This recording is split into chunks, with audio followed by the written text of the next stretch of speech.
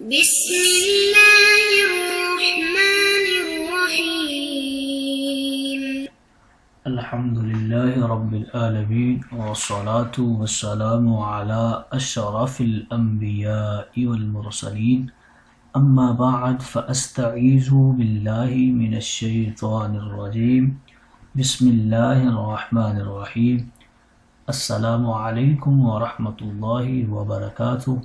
عزیز طلبہ کرام، امید کرتا ہوں احباب خیر سے ہوں گے۔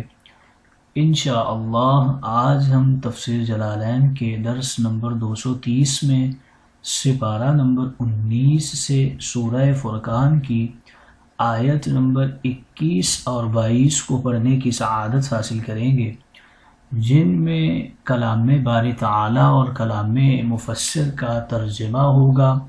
کلام مفسر کی تشریح و توضیح کرنے کی سعادت حاصل کریں گے اور اغراض مفسر کو ذکر کرنے کی سعادت حاصل کریں گے۔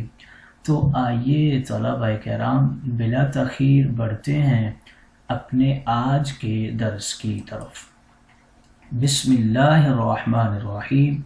رب تعالی نے ارشاد فرمایا وَقَالَ الَّذِينَ لَا يَرْجُونَ لِقَاءَنَا لَوْلَا أُنزِلَ عَلَيْنَا الْمَلَائِكَةُ أَوْ نَرَى رَبَّنَا لَقَدِ اسْتَكْبَرُوا فِي أَنفُسِهِمْ وَعَتَوْا عُتُوًّا كَبِيرًا۔ بیان کر رہے ہیں جو لوگ ہمارے سامنے پیش ہونے سے اندیشہ نہیں کرتے، یعنی بعض مرنے کے بعد اٹھنا، اس کا خوف نہیں رکھتے، اور وہ یوں کہتے ہیں کہ ہمارے پاس فرشتے کیوں نہیں آتے کہ ہماری طرف رسول ہوں، یا پھر ہم رب کو خود دیکھ لیں۔ فَيُخْبِرُنَا بِأَنَّ مُحَمَّدَ رَسُولُ اللَّهِ، پھر رب ہمیں بتاتا کہ محمد اللہ کے رسول ہیں۔ رب تعالیٰ نے ارشاد فرمایا لَقَدِ اسْتَكْبَرُوا فِي أَنفُسِهِمْ وَعَتَوْا عُتُوًّا كَبِيرًا، ان لوگوں نے اپنے دلوں میں اپنے آپ کو بہت بڑا سمجھ لیا ہے، اور دنیا میں ہی انہوں نے اللہ کی رؤیت کا مطالبہ کر دیا ہے، اور یہ مطالبہ کر کے انہوں نے بہت بڑی سرکشی کر لی ہے۔ عطو کے حوالے سے ذکر کر رہے ہیں کہ یہ واؤ کے ساتھ اپنی اصل پر ہے، بخلاف عطیہ کے، اس میں عطیہ کے ابدال کے ساتھ عطیہ بنا تھا سورہ مریم میں۔ یوم یرون الملائکہ، اور جس روز یہ تمام مخلوقات میں قیامت کے دن فرشتوں کو دیکھیں گے، اور بتا رہے ہیں کہ یوم کا نصب یہ اذکر فعل مقدر کی وجہ ہے۔ اس روز مجرموں کے لیے کوئی خوشخبری نہیں ہوگی، یعنی کافرین کے لیے کوئی خوشخبری نہیں ہوگی، البتہ مومنین کے لیے خوشخبریاں ہوں گی جنت کی۔ وَيَقُولُونَ حِجْرًا مَحْجُورًا، اور اس دن یہ کہیں گے کہ پناہ ہے، پناہ ہے، بچاؤ بچاؤ۔ عَلَىٰ عَادَتِهِمْ فِي الدُّنْيَا إِذَا نَزَلَتْ بِهِمْ شِدَّةٌ، اپنی دنیا کی عادت کے مطابق جب بھی ان پہ دنیا میں مصیبت آیا کرتی تھی تو یہ ایسے ہی واویلا کیا کرتے تھے کہ بچاؤ بچاؤ، ہم مارے گئے ہیں، پناہ ہے، پناہ ہے۔ اس دن بھی یہ اسی عادت کے مطابق چلائیں گے اور ملائکہ سے پناہ مانگیں گے۔ آئیے طلبہ کرام ترجمہ کے بعد بڑھتے ہیں آج کے درس کی تشریح و توضیح کی طرف۔ سب سے پہلے ان آیات مقدسہ میں مفسر کریم کی تفسیری اغراض کا ذکر کر لیتے ہیں۔ لا یخافون البعث، مفسر کریم نے ذکر فرمایا ہے، یہ توہامہ کی لغت میں لا یرجون کی تفسیر ہے۔ لا یرجون کو اپنے حقیقی معنی میں استعمال کرنا اولا ہے۔ اس صورت میں ترجمہ یہ ہوگا لا یعملون لقاء ما وعدنا علی الطاعۃ من الثواب، اور یہ بات ظاہر ہے کہ جو ثواب کی امید نہیں رکھتا وہ عذاب سے بھی نہیں ڈرتا۔ لقد استکبرا کے اندر بتا رہے ہیں کہ یہ لام قسمیہ ہے۔ عطو کے حوالے سے گفتگو کر رہے ہیں کہ عطو یہ اپنی اصل پر ہے، واو یا سے تبدیل کیے بغیر۔ سورہ مریم کے اندر اصل کی رعایت کی وجہ سے واو کو یا سے بدل دیا گیا تھا۔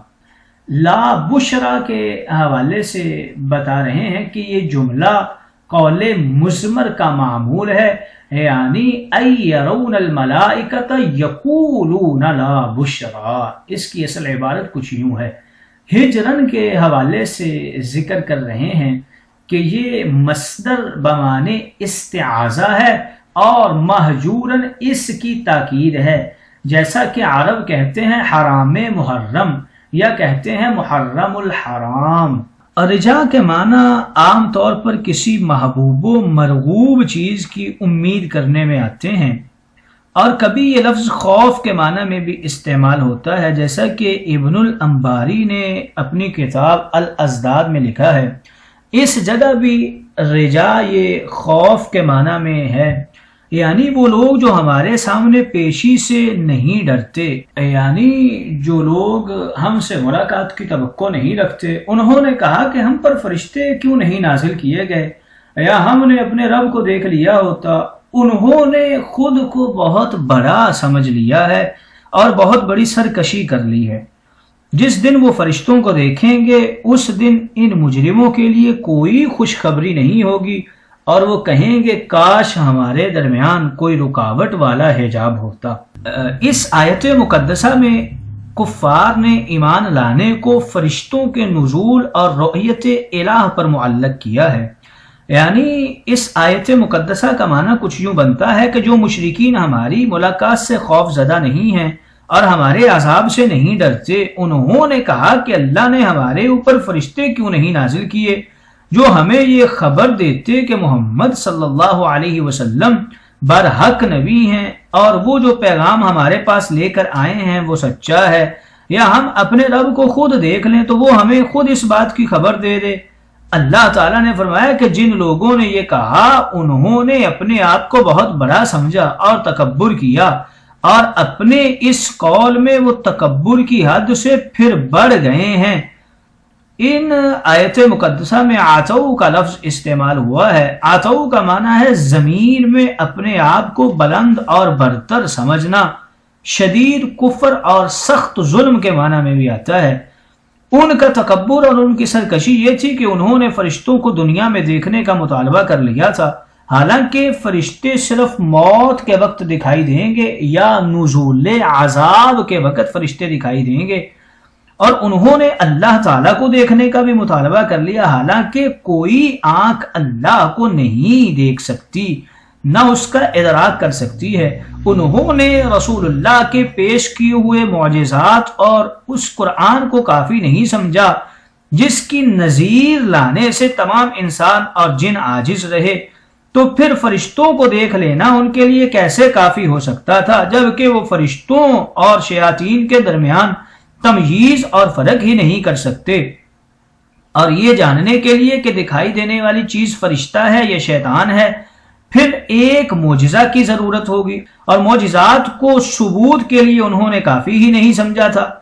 اس کے علاوہ انسان بحیثیت انسان فرشتہ کو بحیثیت فرشتہ دیکھ ہی نہیں سکتا، سوائے اس صورت کے کہ فرشتہ انسانی پیکر میں یا انسانی شکل میں آئے، اور جب فرشتہ انسانی شکل میں آ کر ان سے بات کرے گا تو پھر وہ اس کو فرشتہ مانیں گے ہی نہیں۔ لہٰذا یہ جو انہوں نے اپنا مطالبہ رکھا ہے یہ تو کسی بھی صورت پورا نہیں ہو سکتا تھا۔ ان آیت مقدسہ میں دوسری بات ہجرم مہجورہ کے حوالے سے ہے، اس کے دو محمل ہیں۔ اللہ رب العزت نے فرمایا یوم یرون الملائکۃ لا بشرا یومئذ للمجرمین ویقولون ہجرا مہجورا۔ رب نے فرمایا جس دن وہ فرشتوں کو دیکھیں گے تو ان مجرموں کے لیے کوئی خوشخبری نہیں ہوگی۔ اس کا معنی کچھ یوں بنتا ہے کہ فرشتوں کو کوئی شخص موت سے پہلے نہیں دیکھ سکتا۔ موت کے وقت فرشتے مومنین کو جنت کی بشارت دیں گے اور کافروں پر لوہے کے گرز مار کر ان کی روحوں کو ان کے جسموں سے نکالیں گے۔ اس کے بعد رب تعالیٰ نے فرمایا کہ وہ کہیں گے ہجرم مہجورا۔ اس کی دو تفسیریں ہیں، یا تو فرشتے کافروں کی روحوں کو ان کے جسموں سے نکالتے وقت ان سے کہیں گے ہجرم مہجورا، یا اس وقت کافر حسرت اور یاس سے کہیں گے ہجرم مہجورا۔ ہجر کے اصل معنی ہے منع کرنا اور روک دینا۔ جس طرح قاضی کسی پر اس کی بے وقوفی اور کم عمری کی وجہ سے پابندی لگا دیتا ہے اور اس کو اس کے مال میں تصرف کرنے سے روک دیا جاتا ہے تو کہا جاتا ہے حجر القاضی علی فلان، قاضی نے فلاں شخص کو تصرف سے روک دیا ہے۔ اسی مفہوم میں خانہ کعبہ کے اس حصہ حتیم کو حجر کہا جاتا ہے، جس کو قریش مکہ نے وسائل کی کمی کی وجہ سے خانہ کعبہ میں شامل نہیں کیا تھا۔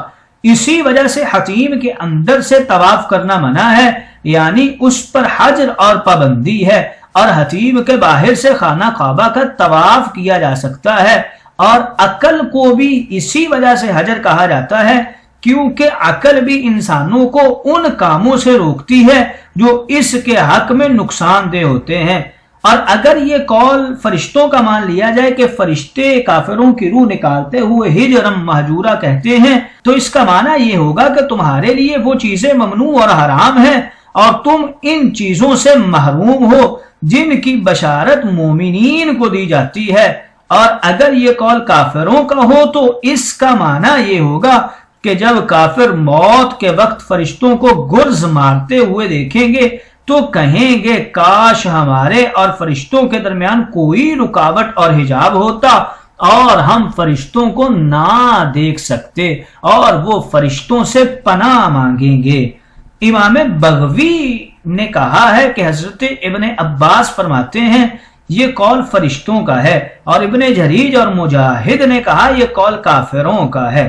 حضرت عبداللہ بن عباس کی ایک تفسیر کے اندر یوں بھی کہا گیا ہے کہ فرشتے ان کفار سے کہیں گے کہ مومن کے سوا کسی کے لیے جنت میں داخل ہونا حلال نہیں ہے، تو کافروں اور جنت کے درمیان روکی ہوئی آڑ ہے، اس لیے وہ دن کفار کے لیے انتہائی حسرت و ندامت کا ہوگا اور رنج و غم کا ہوگا۔ اسی وقت کافرین فرشتوں سے کہیں گے ہجرم مہجورا۔